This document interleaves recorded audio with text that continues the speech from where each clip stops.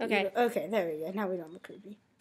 So this is Les Miserables from two perspectives. The perspective of a person who cried. And the perspective of somebody who did not cry. I cried about 5 times during Les Mis. Because, let's see, people die and it was really sad. And while they were dying, they were singing. And it was just really sad. And I don't understand why you didn't cry. Well, you see, I don't really cry ever. And although people died, I felt very sad about that. But mainly when people die in movies, I tend to look at the special effects that are going on instead. But it was Les Mis. How many special effects were there? It wasn't Star Wars. No, but the effects of whatever their injury is that's making them die, or the acting skills going into it, rather than the actual death itself. Okay. But if the acting skill... Did you consider the acting skills to be good? Depending on the character. Okay. Well, say the person... Let's start from the First person who dies. The first person to die. Did you think Anne Hathaway was good as Fantine? I thought that her acting skills were perfect for Fantine, but I thought that in many of the scenes where she sang, I thought that she could have shown the emotions of that she's feeling more with her voice and less with tears. Yes, but that made the song more real and more raw. It really brought out the pain and made me cry. We'll see, that's the difference. I look at the merit of the song itself while you look at the tears. I don't look at the tears. I feel the tears coming from my eyes as it's sad. Okay, next character that dies. Who is the next character that dies? We can edit this out. Who is the next character that dies? I think it's the barricade. It's just everybody. Yeah, it's just everybody. Okay. It's Eponine. Oh, yeah, okay. You're right. It's Eponine. Let's talk about the next character who dies. Eponine. I cried at that. Well, yes, you would cry. I thought that scene was very well done, and that the way that Eponine acted was perfect, but I thought that Marius was a little too indifferent. Oh, yeah, I always think that, but that's just kind of what makes it worse. The fact that she's so in love with him, and yet he is in love with Cosette. And the fact that she would still sacrifice her life for him, even though she is now doomed to forever be on her own. It's true, except for then you go to the barricade scene at the very end, where she is not on her own. She is with everybody who died during the barricade. That's true, but she's not with him. Yeah, and it's sad, and the song is really tragic. It is. Okay, the next people that die. Everyone at the barricade? First, it's the little boy. Yes. Oh, that isn't even in song. Well, it is, but I didn't... It's him saying the little people. Yeah. Which, interestingly, the version I had seen before the movie was only the 25th anniversary concert.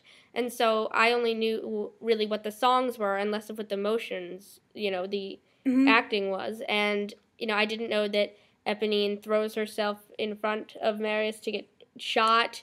And I didn't know that the little boy, Gavroche, gets shot. And so I was honestly more shocked, and that's probably why I cried at that. Well, what I thought was that you can tell me if I'm wrong, but in the play and in the book, when he gets shot, he is more taunting and less just getting...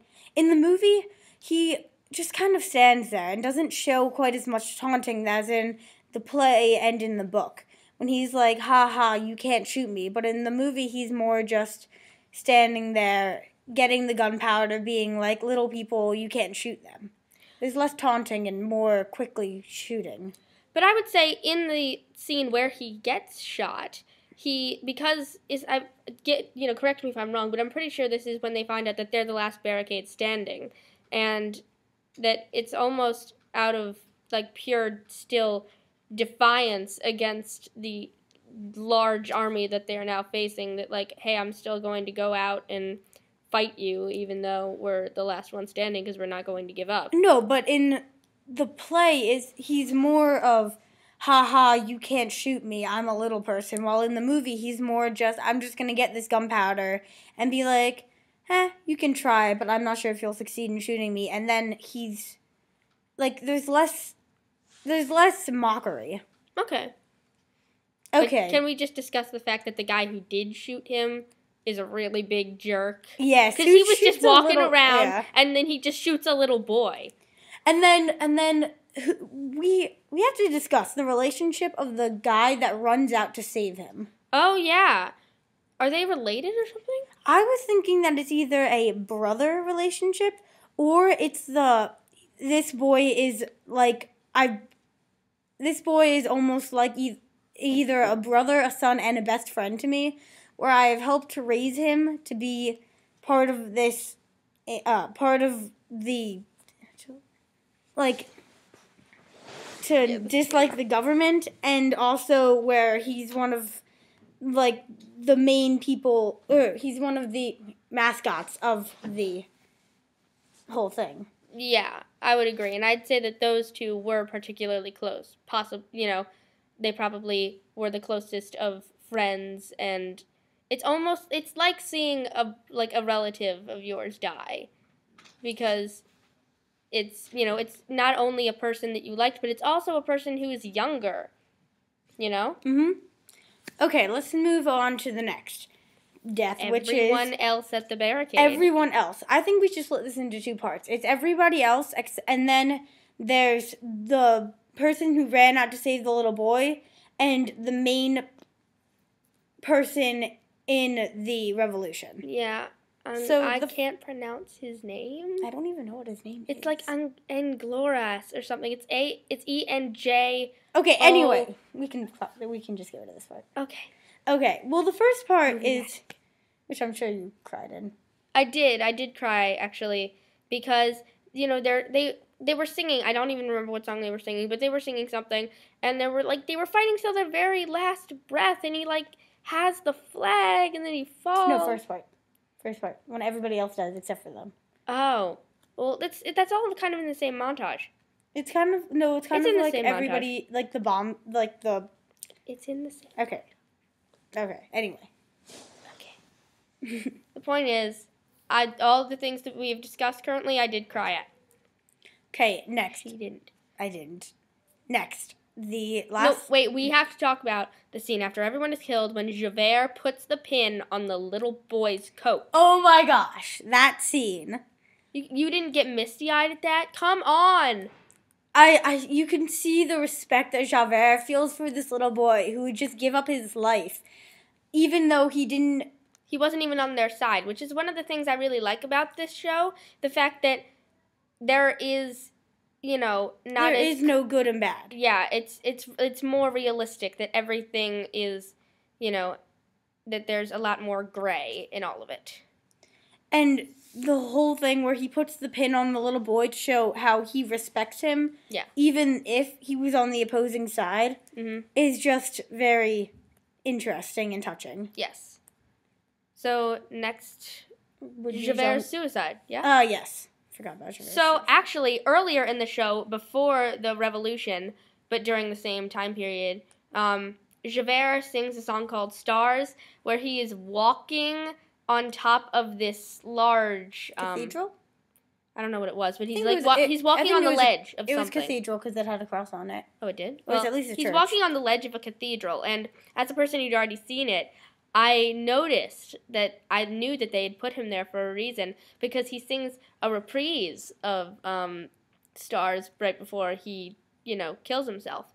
And I knew, if you watch it again, going in knowing that's going to happen, it's a bit of a foreshadowing, if you ask me. Now, let's go into depth about the whole thing of him being born inside of a prison and knowing that the only way for him to get out was to become a person of the law. And within that, he could only do such a thing by adopting the idea that you're either born good or bad, which is proven wrong to him, and this is what puts him over the edge. Mm-hmm. The fact that he has pursued Valjean for all of these years, and just has had to have convinced himself that this man, even though he only stole a loaf of bread, is this dangerous criminal that must be caught and must be brought to justice. but then but Valjean constantly has, like, agreed to go with him after he does this thing for a person, and then he lets him go instead of killing him. And the fact that just defies his worldview, I'm agreeing with you here, is really what drives him literally over the edge. Okay, let's move on to the last character's death. Jean Valjean.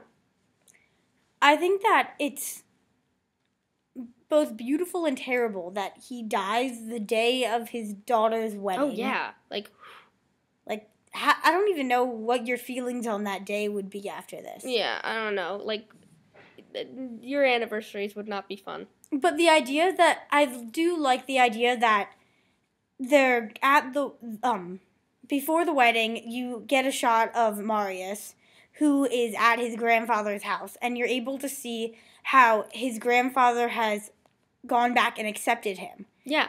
Even though he fought against him. Yeah, that's true. And I think that that's very nice. Mm-hmm. And so then you go to the wedding and you see the people that first started raising Cosette coming to the wedding just to, you know, make some money. Yeah, just to pillage and plunder, like they do. I like they do. Yeah.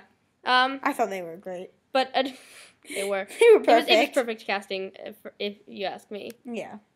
But in the actual death scene, from the part where Cosette and Marius find Jean Valjean at the cathedral? He was at a church, right? Because there was, like, nuns there. Well, first there's the scene where Jean Valjean tells Marius that I am Jean Valjean and not just, I'm not this great guy. I have done things wrong in my past. But don't let my daughter know this. I don't want her to disrespect me. Yeah. And then he feels that he must run away because one, he's about to die, and two, because of the shame that he does not want his daughter to know of what he's done. Yeah. But in the end, she ultimately forgives him. Yeah. For all of it.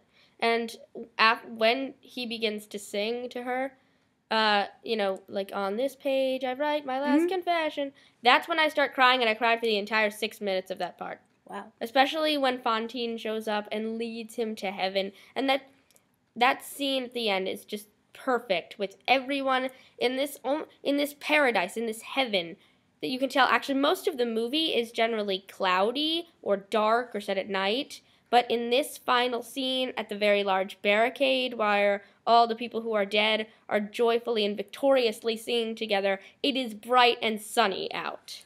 And you also have to think of the fact that Fantine is leading him to this paradise.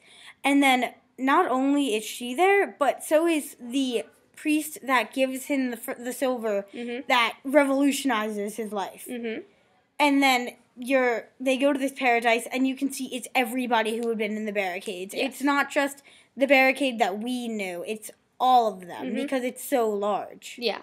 And it's important to make the point that there were people like Fantine there, or Eponine, or anyone at the barricade who had done things, or Jean Valjean, who had done things that were wrong in their life, but still, because they were good people, still were able to make it to what is pretty much heaven. Which brings up the question, why was Javert not there? Because in his mind, he was a good guy. Yes. Because what he was doing by certain definitions was right. He was chasing down a guy who had sinned. Mm-hmm. As Jean Valjean points out, he said he was doing his duty. Yeah. But yet he does not appear at the barricade. So you have to wonder, either A, is there a different place where he went, either a different heaven, or was his view so wrong that he just didn't go there? Yeah, I once heard it described that Javert's worldview of separating the people into good and evil, and, like, not being able to think that people could change, was truly his one true sin. Yeah. Because he's just unable to see that you can change. Mm-hmm. Guys, did you check the time? Yeah. Yeah. We have 1 minute. And I think that this is very interesting because not only is this something he does, but this is also a thing that many people do. Mm-hmm. And I think it's important to take that lesson with you, right? Mm-hmm. And we are out of time. So, to sum it all up, I cried. I didn't. Goodbye. You guys